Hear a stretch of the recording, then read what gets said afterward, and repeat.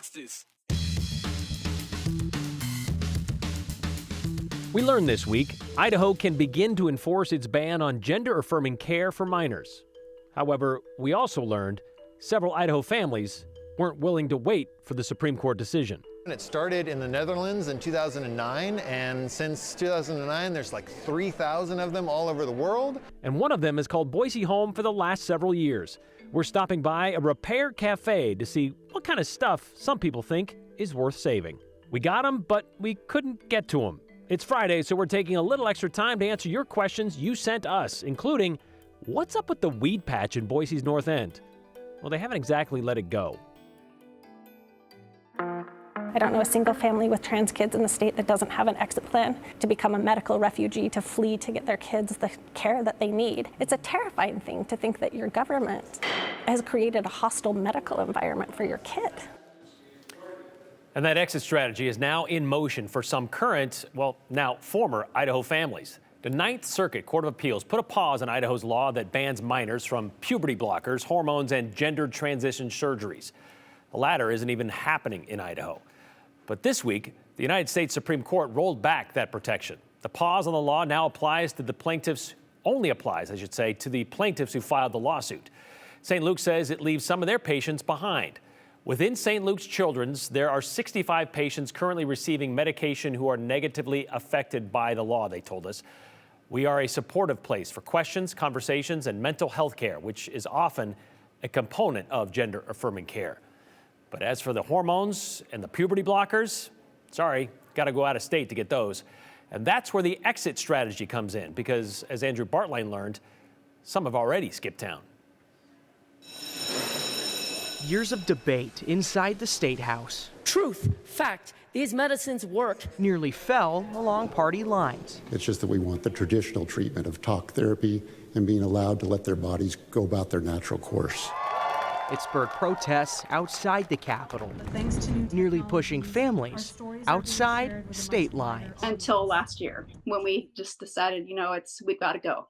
We have to go. And Val Jones' families had enough. We did. We moved in July. Val's 13-year-old daughter's transgender after state law strictly separated public school bathrooms by sex and banned minors from gender transition. She is on puberty blockers. They moved all the way to the East Coast, away from the gem state and everything they know and call home. I'm in the service. I've been in the service. My husband is in the service. We have supported our country for 50 years combined. And this is what we have to deal with, leaving Idaho to save our family.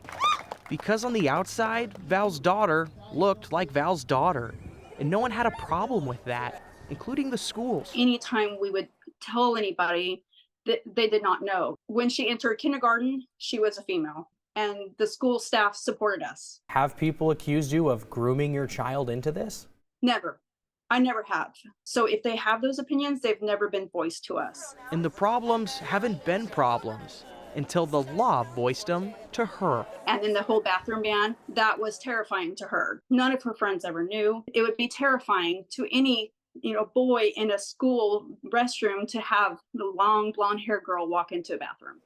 Devastating. But supporters of the legislation say the real devastation is what these hormones and blockers do to kids on the inside, especially as they get older. When they get on these when they're in puberty for long term, they never get to go through the natural puberty course. They will never be able to procreate. And Representative Skog says procreation is a fundamental right protected by the Supreme Court.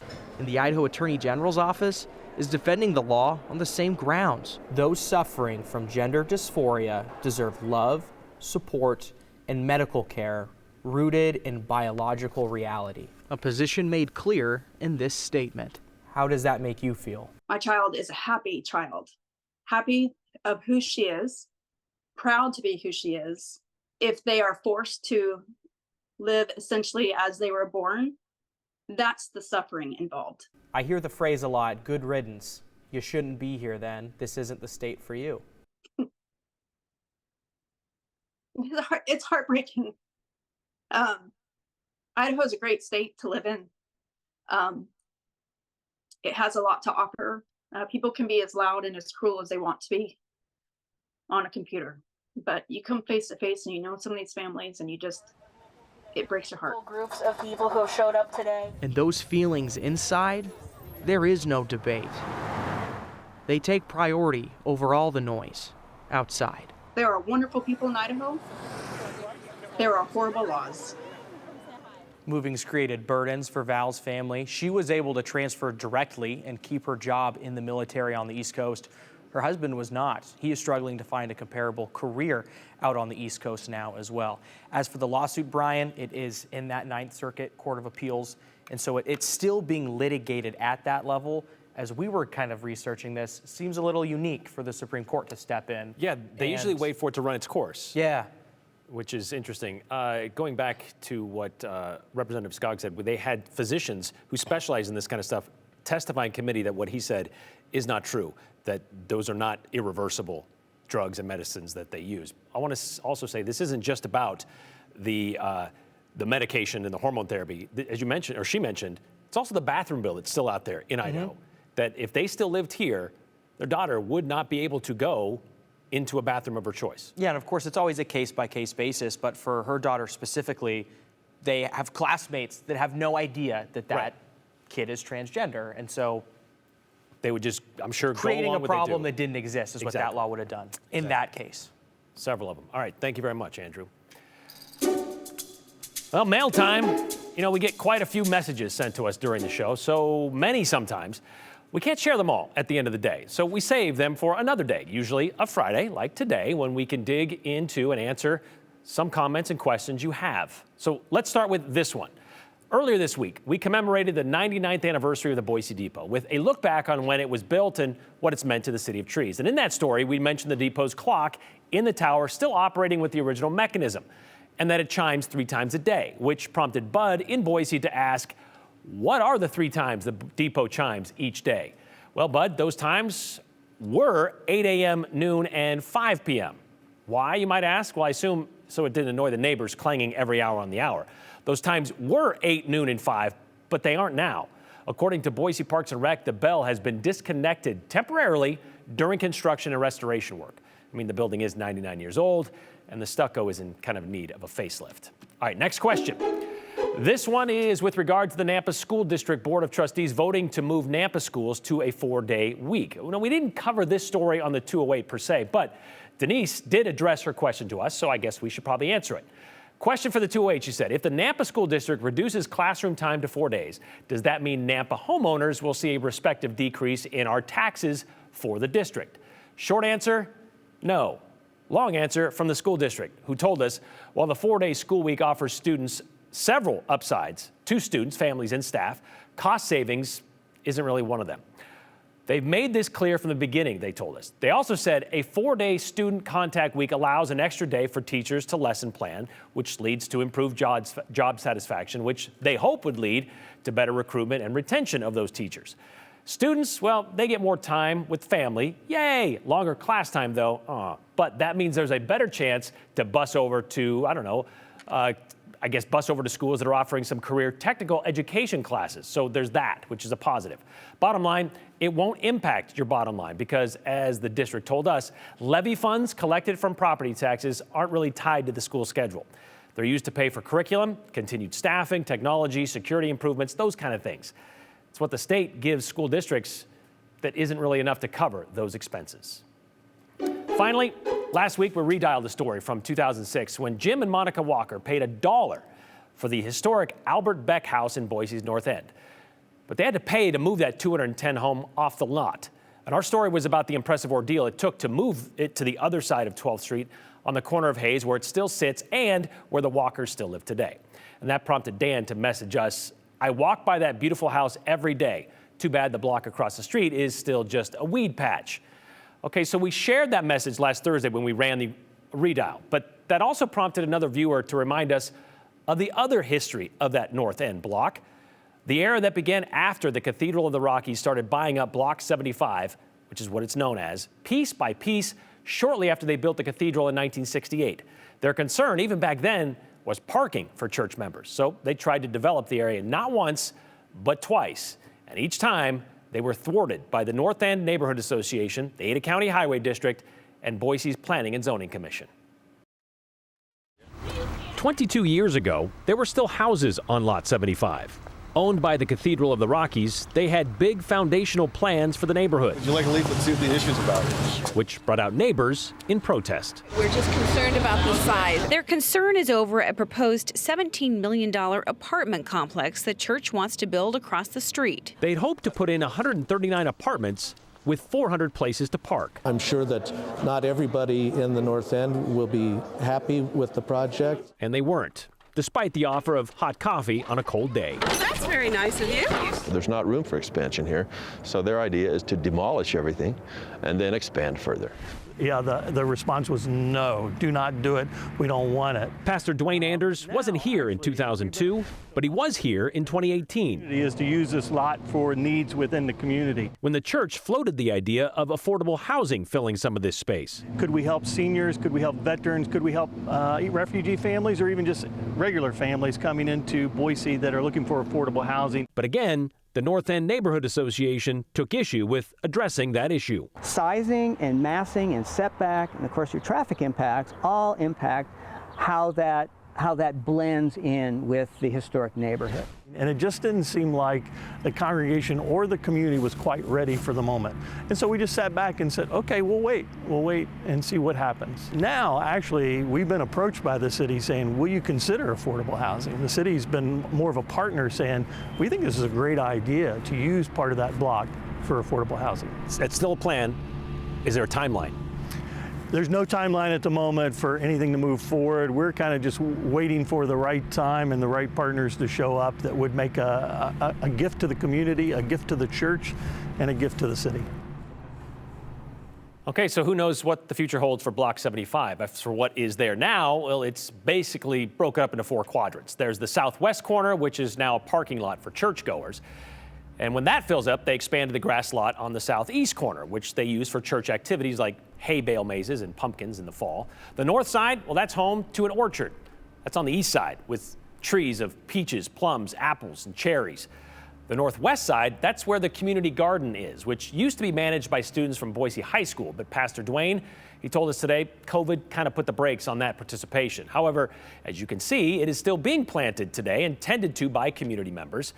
Kind of. Neighbors who have already planted some onions out there, and it looks like we saw out there today some lettuces as well. So I guess what we're trying to say here, Dan, is if you're worried about the weeds in that community garden and you're a member of the North End community, I'm sure the church would appreciate you putting on some gloves and pulling some of those weeds, putting in some of the work.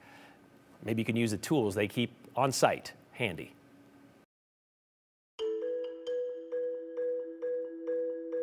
It makes waste prevention very tangible, hands-on, and fun. Especially when you're not the one fixing it, and it's free. The Repair Cafe is there to help reduce waste and keep the value in your treasured treasures. And we're here to answer your comments and your questions. Just text them to us, 208-321-5614.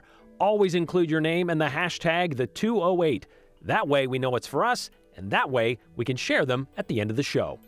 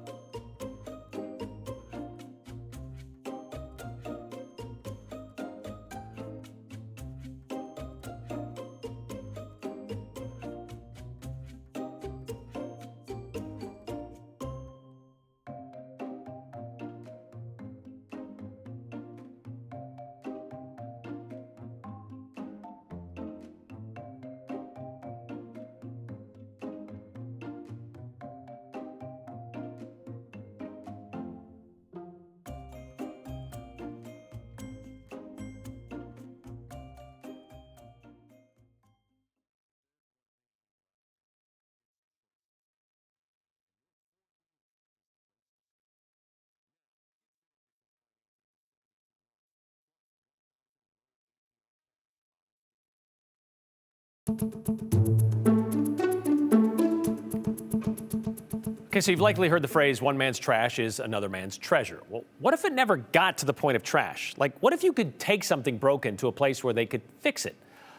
Almost anything repaired in just one place. They call it the Repair Cafe, an idea created in the Netherlands 15 years ago. It eventually had hopped the pond and it landed a jump in Boise. Photojournalist Jean-Marc Crum dropped by for the 3rd annual event.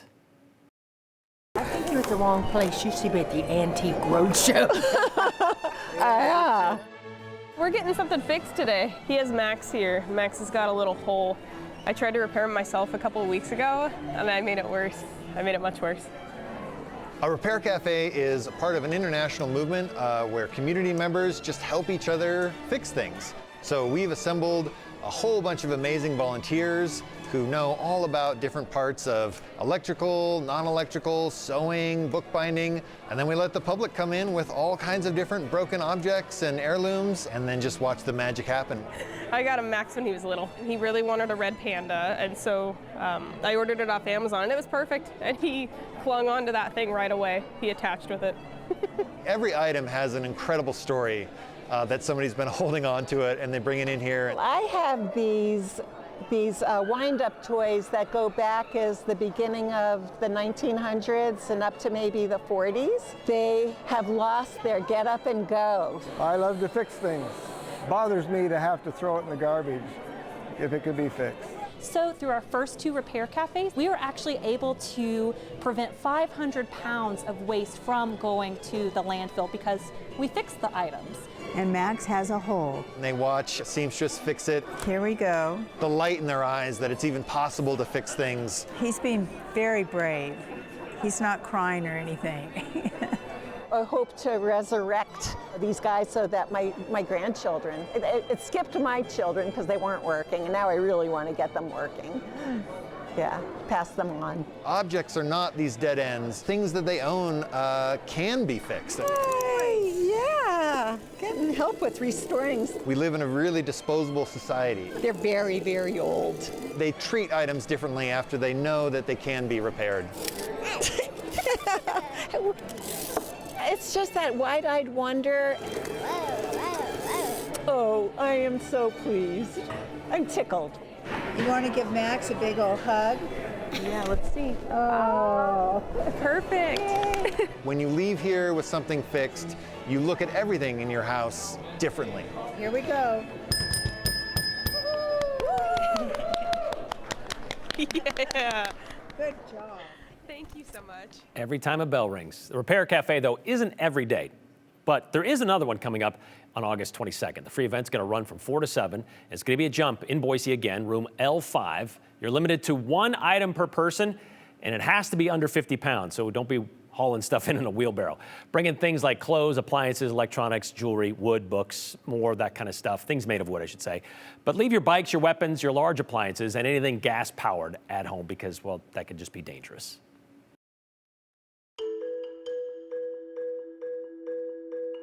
It's going to be hard, it's going to be painful, and it's going to be fun. And that's what runners were saying about the race to Robie Creek 14 years ago. I wonder what they'll be saying about it tomorrow. Okay, so what 3 words would you use to describe that run over Aldapi Summit?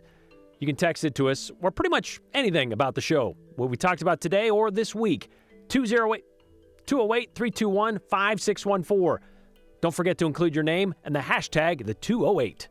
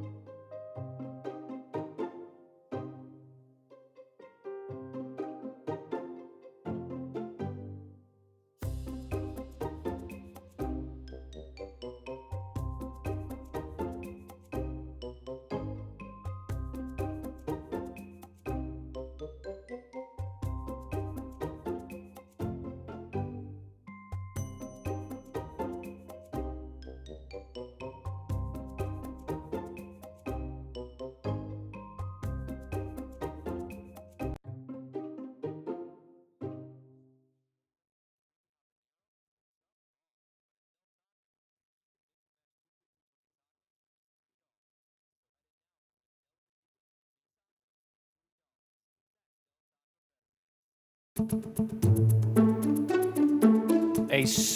Idaho staple is back tomorrow. The race to Robie Creek kicks off at high noon on 4/20, appropriate. Known as the toughest race in the Northwest, the horrifying half marathon goes up and over Aldapi Summit, covering 2,000 feet in elevation. The fastest time the route has ever been covered was just over 1 hour and 13 minutes by Phil Stevenson back in 1984. But what we learned 14 years ago really hasn't changed much. Most people are just there to cross the finish line and consider themselves lucky when they do. A 208 redial from 2010. Why do you keep doing it? I'm crazy. I hate it. I don't know. Most people are the same way, I think. Ken Karcher is running Robie Creek for his 7th or 8th time. He can't remember which. At 81 years young, he plans on mostly running. If you hate it, then why do you keep doing it? I don't know.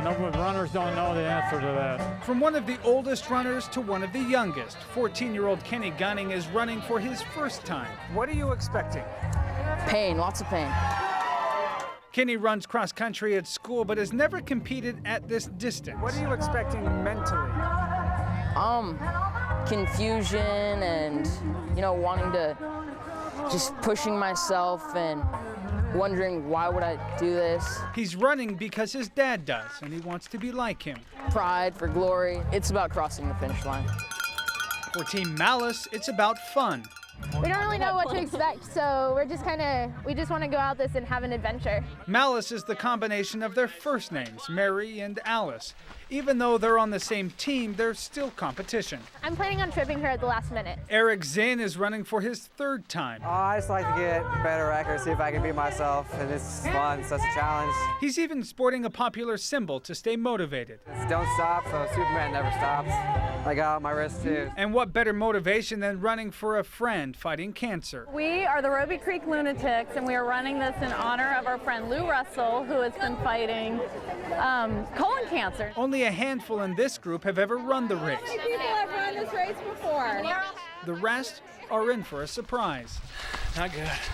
You got to be a little bit of a lunatic to run this race in the first place. The reasons to run vary. People say it's the beer at the end, but it hurts too much to drink the beer at the end. So I don't know. Heads up, it gets greasy down here. But more often than not, there might be not a reason at all. Why do this? I don't know. I ask that question every day. I really don't know why. Just crossing the finish line might be reason enough. At the race to Robie Creek, Scott Evans, Idaho's News, Channel 7. Well, maybe 14-year-old Kenny is running it this year at 28 years old. That'd be awesome. Well, this year, the half marathon is in memory of John Robertson, the founder of the race to Robie Creek, who passed away last November. Runners are going to gather tomorrow at Fort Boise Park and take off from there, running along Collins Road, Mountain Cove Road, Shaw Mountain Road, where it turns into Rocky Canyon Road.